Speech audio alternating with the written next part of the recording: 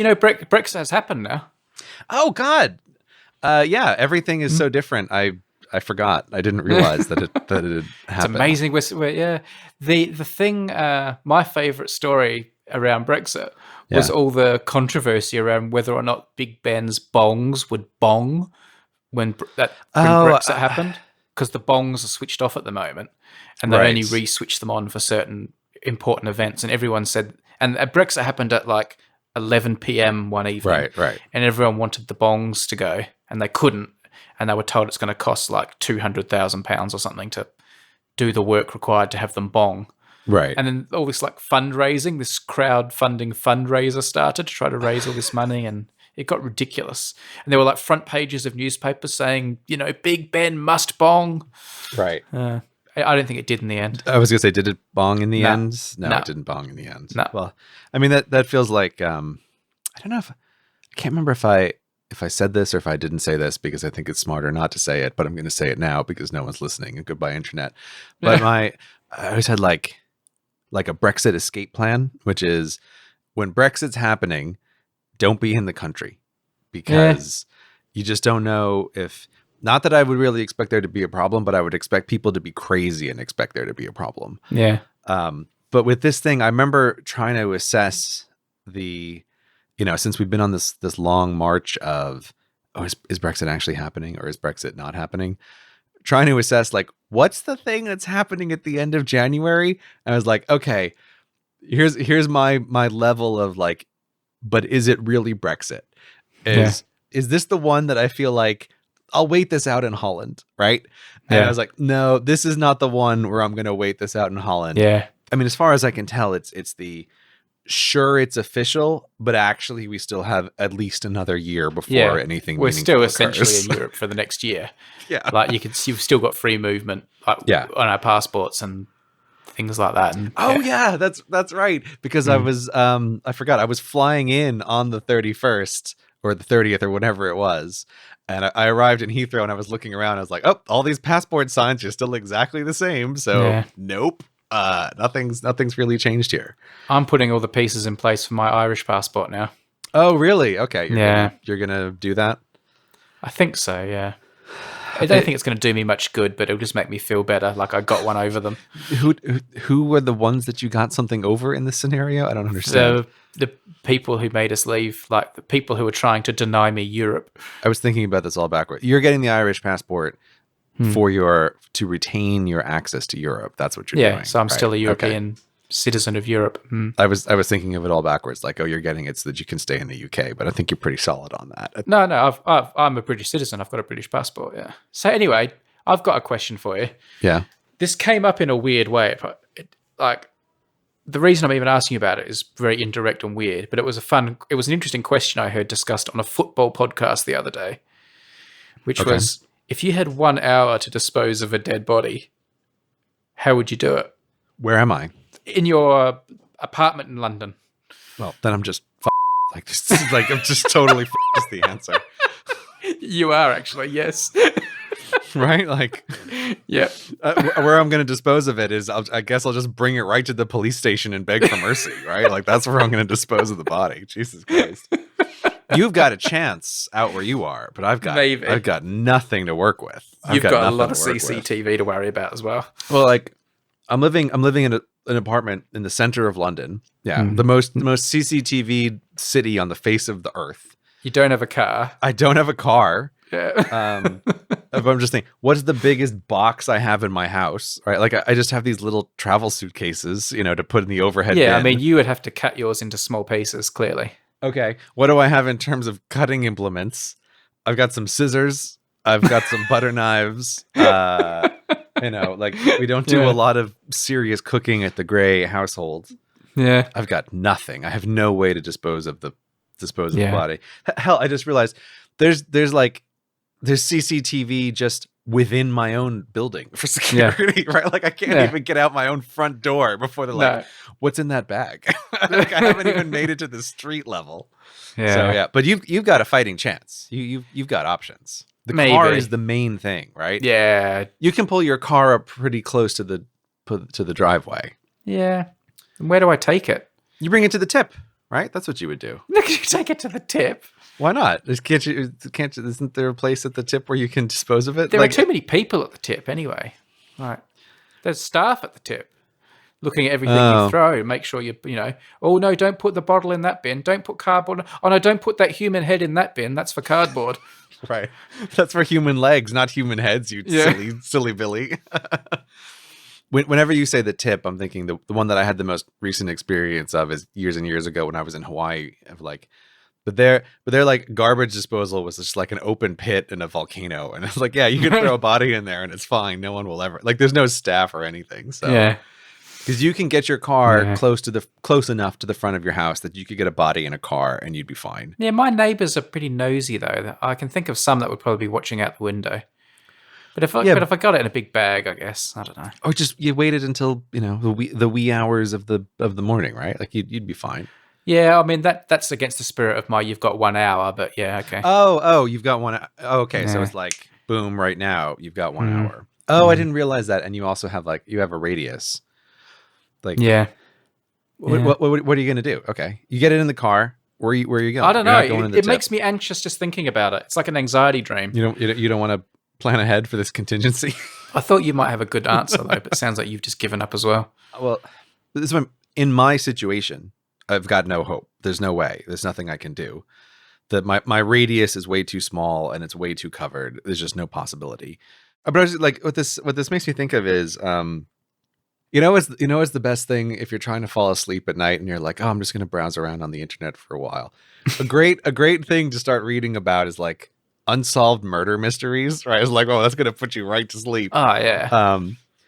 But it's actually kind of shocking how many missing people there are a year and like how many just unsolved cases of murder there are. Like I never really thought about it, but I just got sucked down this real rabbit hole of, how many missing people are reported in the United States or Europe a year. It's like, I forget what the number is. So I don't want to speculate right now, but it was shockingly high. Of like, how can people just disappear? And digging into any of these cases, it's always the same thing of like, oh yeah, they were seen on CCTV in this Walmart driving out of the parking lot, and then they were just never seen again, and their car was never found. It's like, where are they? Like, what happened? Yeah. And even the number of cars that are missing, of like, oh, no one ever found their car. Like, okay, maybe a person, they grow a mustache and they just set up a new life for themselves in Cancun or whatever. But a car is like a hard thing to just disappear and to never turn up. So I don't know. I got sucked down this real like, I can't remember if you told me in person or if it was on the podcast that like the guy found on the beach. What's the name of him? Yeah, the something man. The Somerton Man. That's my favorite mystery. Yeah, I got sucked down to a whole internet full of like Somerton Man style. Did I get you into the Somerton Man? I was reading up about it. I'm so pleased. It's such a good mystery, isn't it? It is a good mystery. I'm going to come down really solidly on the side of it with suicide. I think everything points in that direction, but it is weird. Like it's a weird. Do you think it's suicide case. related to that woman that lived a few streets away and he was like a spurned lover or something? Maybe. Yeah. That wouldn't talk about him. Did you read all about her? Yeah. I would say maybe. What do you put all that Tamord should stuff down to, though? I don't know. That's the part of it it's hard to. And why no labels? Why were all the labels taken off his clothes? There's good mysteries there, Gray. Okay, here's the thing. Yes, there are good mysteries. Yeah. But am I reading like every unsolved mystery on the internet and then also reading like the cases of solved mysteries? Here's the thing about mysteries. They're always, once answered, they're much less interesting than you think they are. And the Somerton Man strikes me as an example of, it almost seems like the guy was trying to make a mystery. Do you think? It's not nice to say, but like, sometimes people will kill themselves and like their purpose in doing it is that they're like trying to strike out. Like, oh, I'm really going to teach people. Like they're going to be so sad when I kill myself, and like, it's a horrible thing to do, is like a suicide out of anger. Yes. I hear you, Gray, but there are aspects of the Somerton Man's death that don't jibe with that. The Tamod Shud stuff, for a start, and the book found in the car, but also the labels were taken off all his clothes in the train station locker. Right. Here's the thing. I am not saying like this is a perfectly consistent theory of mine, but it's just I kind of get the feeling of what would be the boring answer to, oh, this person was found on the beach and it's kind of a mystery of who he was. And the most boring version of this is he was a guy who killed himself trying to get back at this lady down the street and also created it, like wanted to have like a dramatic suicide. And one of the ways to try to accomplish that is to imbue his own death with mystery. Why is she so secretive about it too, though? Why wouldn't she just say, "Oh yeah, he was a crazy nutter that was obsessed with me"? That I don't know. Like, and that doesn't really fit. But I told you I went to his grave last time I was in Adelaide, and the place on the beach where he was found. My wife's gotten quite into it as well, so I took her to. It's a quite nice area there, so we were like nearby, and I said, "Oh, let's walk to the place where they found him," because it was near where we were staying anyway, and we just found the exact spot. And then the cemetery, he's got like a grave there, you know, the man found on Somerton Beach, his gravestone's there. So we went there as well and had a look. Did you solve the mystery? Nah, nothing. I'm so pleased that you went and looked into it though. Adelaide, South Australia has good crimes for such a small place. It's really remarkable how Adelaide is the best at everything that it does, even crime. We are good at crime. We're famous in Australia for our weird crimes. Yeah. So I don't like this whole thing about what would you do if you had a body and you had to get rid of it in an hour it strikes me as interesting because my feeling is like, oh, this is just an impossible problem in the modern world.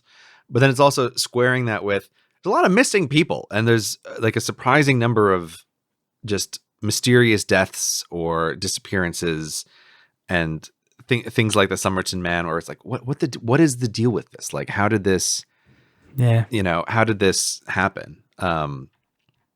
Like I got really stuck on this one in America. I mean, this is more understandable because it's from a long time ago. Like it's from the late 70s, but it's called like the Yuba County 5.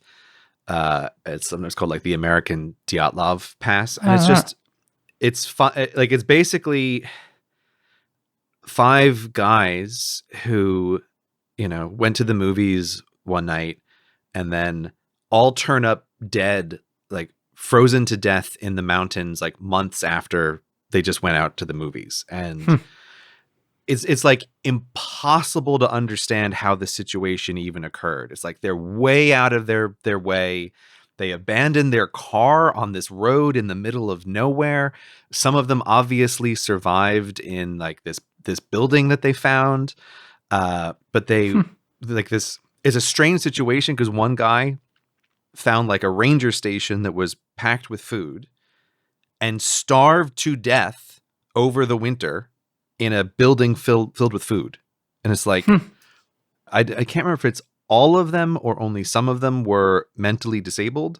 So there's ways that you can try to piece together, like, how does this make sense? Yeah. But it's all just so strange. Like, sounds like a good one, Gray. I'm going to look that one up. Yeah. It's just a weird case that I came across and has a bunch of these details of, there's a witness who happened to get stuck on the same road that night and saw a car full of people, but those people, it doesn't seem like they were the 5 guys who were missing. It was like a different group of people. So it's like, what the hell is going on? Like, it's so strange. But yeah, there's like, I got sucked down a real rabbit hole all night of like, what's that one called? Search for the Yuba County 5. I can send you the Wikipedia link to it. Okay. But yeah, that's the basics of it. Is like these guys are found way off the beaten track, frozen to death in the mountains, and there's no reason that they would be there. And their actions, from what people can piece together after their death, are strange. And some of them survived for weeks and weeks and then just starved to death surrounded by food. It's like, I don't understand what happened here. Well, on that bright note, Sweet dreams, Brady. Sweet dreams.